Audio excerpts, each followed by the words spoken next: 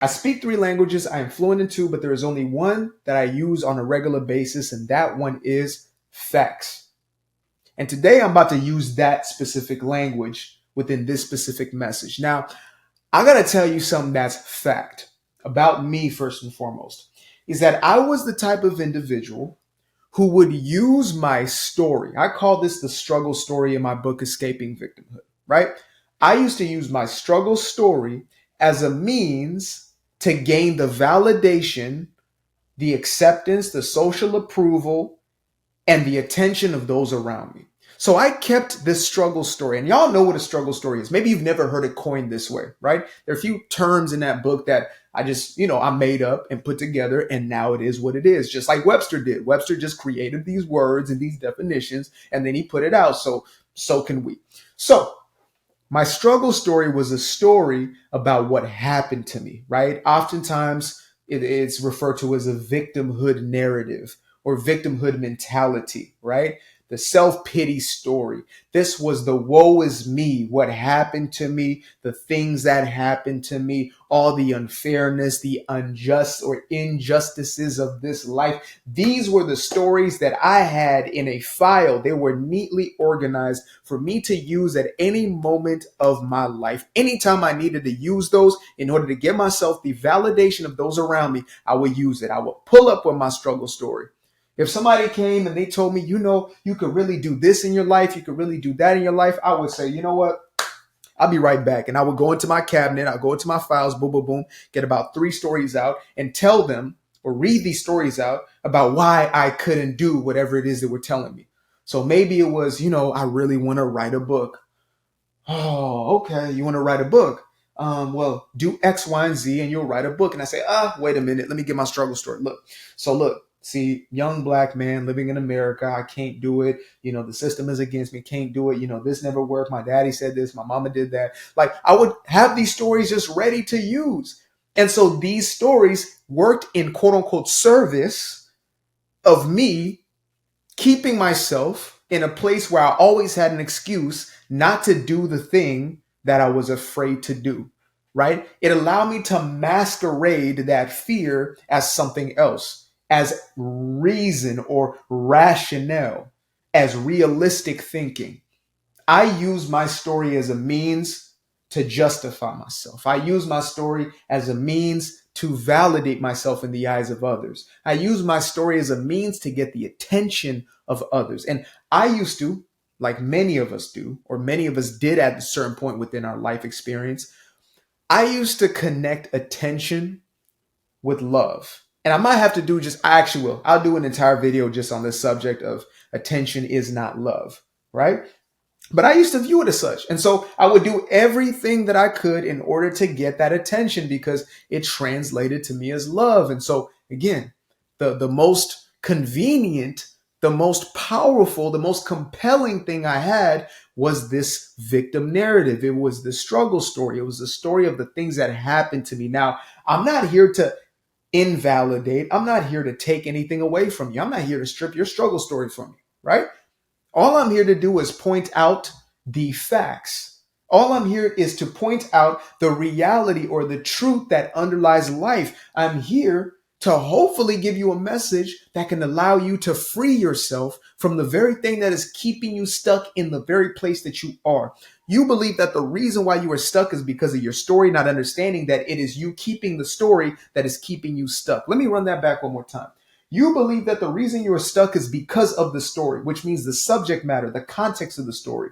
So if your story is because I'm a young black man living in America, that's why I'm not successful. If that's the story you hold, you think that's what is keeping you from succeeding in life. When in truth, it is the story itself, the holding on to that story that is keeping you in that low vibrational space. It is keeping you in a stuck space. It is keeping you in a place where your subconscious mind cannot work for you, but instead is working against your very good.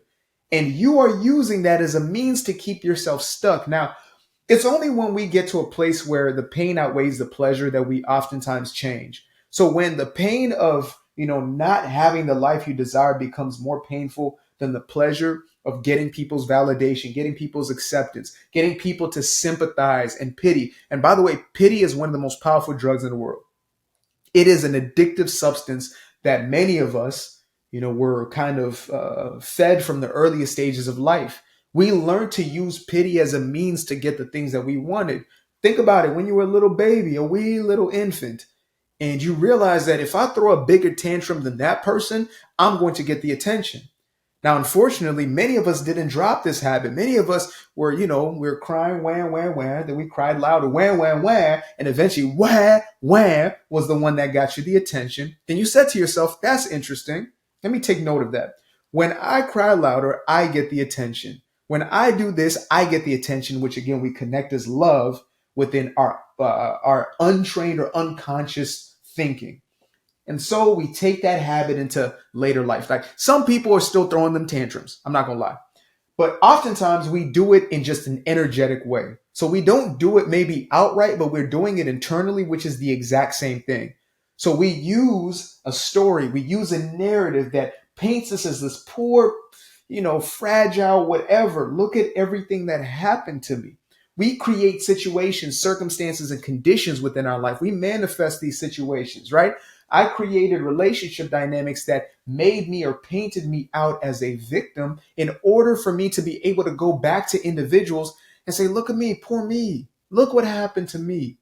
And as long as I kept that dynamic, I would continue to get the attention of those who I was coming to with these stories. And I could find people who resonated with it, right? Misery loves company is a very real thing. It's not just about people dragging you in. It's just, there's nothing that a miserable person loves more than a person as miserable as them. So when you come to somebody and it's just like high energy, high frequency people who are on a high energetic state, those individuals love somebody who's in a high energetic state. In the same way, somebody who is Eeyore enjoys the company of an Eeyore. That's why Tigger and Eeyore never got along. They never really got along. Tigger was always trying to get Eeyore up, and Eeyore was always trying to get Tigger to come down. Those two energies cannot mix. The dark cloud and the sunshine cannot mix. There's going to be one or the other. And so again, I found myself perpetuating the very same stories and narratives that were keeping me in a stuck place. And I would blame even that stuckness on external factors because it was easier, seemed easier for me to do so. It seemed easy for me to evade these quote unquote things or to escape my predicament by making myself a victim to the situations that I was creating. And again, like I said, this ain't about shaming or victim blame. This ain't about any of that. Because I understand one thing. When something occurs in our lives, right? Let's say you were victimized in a situation. The moment you become a victim is when you own the identity of it, right? It's just like offense. You can be offended or you can take offense. Now, most people are both. Or many people, I'm not going to say most because we're waking up. We're waking up at a mass level. But there are those who take offense as opposed to just being offended. Being offended is a momentary thing. Somebody can say something that triggers you, and there's some unresolved aspect of ourselves that we say, ooh, that hurt. And then we investigate and say, why was I triggered off that? But there are others who say, oh, that hurt. I'm going to take that with me. And so they perpetuate it. They take that offense with them. They carry it through life. They use it as a narrative. They use it as a story now to, again, add to that struggle story. You would never believe what happened to me. You would never believe the things that people are saying about me. If you only knew how people would treat me. If you only knew how unjust and how unfair. And they keep perpetuating that offense. And it becomes a part of their identity. It becomes a part of the way that they view the world and perceive themselves. Or at least it internalizes or more deeply internalizes the beliefs they were already holding on to, the victim belief system. And this is something we have to disengage from intentionally. We have to free ourselves from this in order for us to truly be free. There is no other way. I promise you that. You cannot go through life with a program or conditioning that's now an autopilot of victimhood and then just one day appear outside of it. You have to make a conscious decision to say, no, enough is enough. I'm going to take back the power of my life. I'm not going to blame the world for situations and circumstances. Instead, I'm taking back the power, which according to universal law is within us already. We are perpetuating the situations in our lives based upon our focus. So if I'm focused on being a person who is taken advantage of, not trusting the world, etc., I will continue to choose to have those experiences. But when I start to view life as safe, view life as taken care of, view all things as well, then that life experience will be handed to me. I'm telling you, it's a night and day difference, and I'm living it. I'm breathing it. I'm not here to sugarcoat a damn thing for you. I'm not here to. There are people who are going to tell you everything is everybody else's fault. They don't care about you. They just care about perpetuating their own narrative, or they care about lining their own pockets, which I'm fine with. I'm fine with lining all of my pockets and every single pair of pants that I have. I'm fine. If you want to send me some, send the money over. I'm okay with that. I'm not an anti-materialist.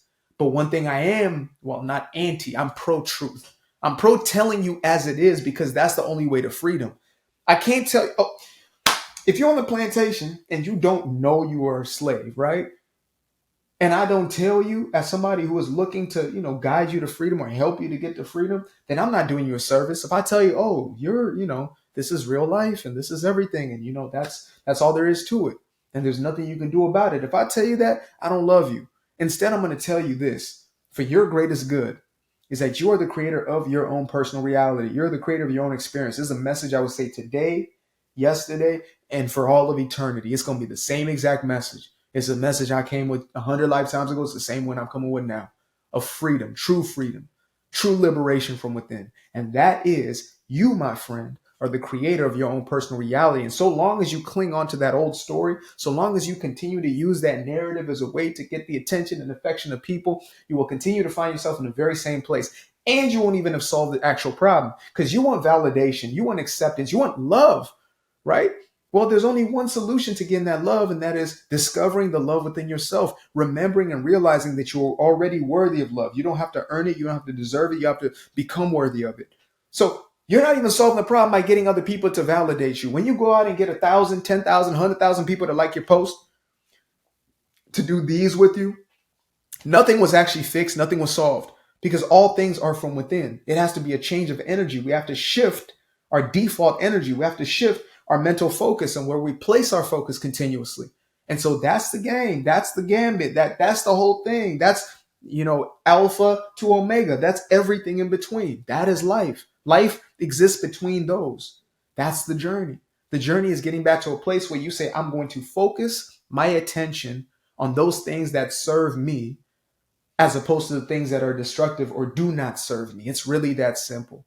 It's truly that simple. We just complicate it because we want to make excuses not to do it, so we can keep doing the things we're doing that we're used to doing. That's all that's about. And for those who are wondering, how do I do this? Well, I got plethoras of content, and I always will, for exactly that. I got music. I got movies and television shows that you'll see. I have a multitude. I am a one-man media company. Books, just like Escaping Victimhood, right? Get yourself a copy of Escaping Victimhood, and you're going to get the step-by-step. It's going to call you out, just like it called me out. You understand? But it's also going to lead to your freedom if you allow it to. It's a roadmap. You're going to be offended off a roadmap? You're going to be offended off of certain points on a map that's showing you where freedom is? If you want to, that's okay. You could take offense with you, but by the end of that read, you are going to be in a place, a very different place. You're going to be in a transformed place. Now, again, this isn't because I'm doing something. I'm not going to put myself on a pedestal in your life, and neither should you. Should never put me on no damn pedestal in your life or anybody else, right? We need to get rid of this celebritizing individuals. I am a human being just like you are, but I'm somebody who's also not going to sugarcoat. I'm a brother, I'm a confidant, I'm a homeboy, I'm a whatever you need me to be for you at this very moment in time. But one thing I am for sure is somebody who's going to tell you how it is in order for you to make a decision of whether or not you're going to take that step, whether or not you're going to do whatever is necessary to get on the other side of this bondage that you have created, perpetuated, and continue to perpetuate for yourself. Enough said. Appreciate y'all for tuning in. Again, get yourself a copy by clicking the link in the description below. I already know. Trust me. I already know. The moment you open that thing up, your jaw's going to fall to the floor and you're going to say to yourself, damn. Yup. And then you're going to take the necessary steps towards your freedom. Appreciate you guys for tuning in. Till the next time, namaste. Namaskar.